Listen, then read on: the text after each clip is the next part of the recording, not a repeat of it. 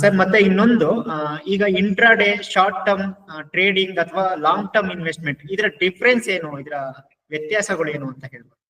ಖಂಡಿತ ನೋಡಿ, ಇಂಟ್ರಾಡೇ ಅಂದ್ರೆ ಹೆಸರೇ ಸೂಚಿಸೋ ತರ ಬೆಳಿಗ್ಗೆ ತಗೊಂಡು ಮಾರ್ಕೆಟ್ ಕ್ಲೋಸ್ ಆಗೋದ್ರೊಳಗಡೆ ತಗೊಂಡು ಅಥವಾ ಮಾರಿ ಅದರ ಟ್ರೇಡ್ ಅನ್ನ ಕವರ್ ಮಾಡಿದ್ರೆ ಅದು ಇಂಟ್ರಾಡೇ ಟ್ರೇಡ್.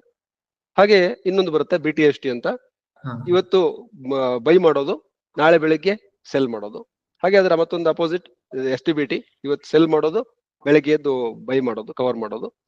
ನಂತರ ಶಾರ್ಟ್ ಟರ್ಮ್ ಟ್ರೇಡಿಂಗ್ ಅಥವಾ ಪೊಸಿಷನಲ್ ಟ್ರೇಡಿಂಗ್ ಅಂತ ಹೇಳ್ತೀವಿ ಟ್ರೇಡಿಂಗ್ ಅಲ್ಲಿ. ಇದು 2 ದಿನದಿಂದ ಪ್ರಾರಂಭ ಆಗಿ BTST ನಂತರದ್ದು 1 ವರ್ಷಕ್ಕಿಂತ ಕಡಿಮೆ ಅವಧಿ ಇದು.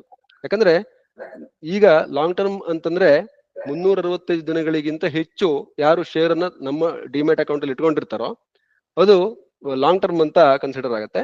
ಹಾಗಾಗಿ ಲಾಂಗ್ ಟರ್ಮ್ ಗಿಂತ ಕಡಿಮೆ ಅಂದ್ರೆ 365 ದಿನಕ್ಕಿಂತ ಕಡಿಮೆ ದಿನ ಅಕೌಂಟ್ ಅಲ್ಲಿ ಇದ್ರೆ ಅದನ್ನ ಶಾರ್ಟ್ ಟರ್ಮ್ ಇನ್ವೆಸ್ಟ್ಮೆಂಟ್ ಅಂತ ಕರೆಯೋದು. ಹಾಗಾಗಿ ಇದನ್ನ ಶಾರ್ಟ್ ಟರ್ಮ್ ಅಂತ ಕರೆಯೋದು. ಹಾಗೆ ಟ್ರೇಡಿಂಗ್ ಅಲ್ಲಿ ಇಂಟ್ರಾಡೇ ಹೊರತುಪಡಿಸಿದ್ರೆ ಈಗ F&O ಪೊಸಿಷನ್ ಇರ್ಬೋದು, ಅದನ್ನ ಹೆಚ್ಚು ದಿನ ಇಟ್ಕೊಂಡ್ರೆ ಅದನ್ನ ಪೊಸಿಷನಲ್ ಅಂತ ಕರೆಯೋದು, ಪೊಸಿಷನಲ್ ಟ್ರೇಡಿಂಗ್ ಅಂತ. ಸೊ ಅಂದ್ರೆ ಸರಳವಾಗಿ ಹೇಳ್ಬೇಕು ಅಂದ್ರೆ ವರ್ಷಕ್ಕಿಂತ ಮೇಲೆ ಇಟ್ಕೊಂಡ್ರೆ ಹೋಲ್ಡ್ ಮಾಡಿದ್ರೆ ಲಾಂಗ್ ಟರ್ಮ್ ಅಲ್ಲಿ ಬರುತ್ತೆ. 1 ವರ್ಷಕ್ಕಿಂತ ಕೆಳಗಡೆ ನಾವು ಬೈ ಅಂಡ್ ಸೆಲ್ ಮಾಡೋದ್ರಿಂದ ಅದು ಶಾರ್ಟ್ ಟರ್ಮ್ ಲಿಸ್ಟ್ ಆಗುತ್ತೆ. Thank you sir.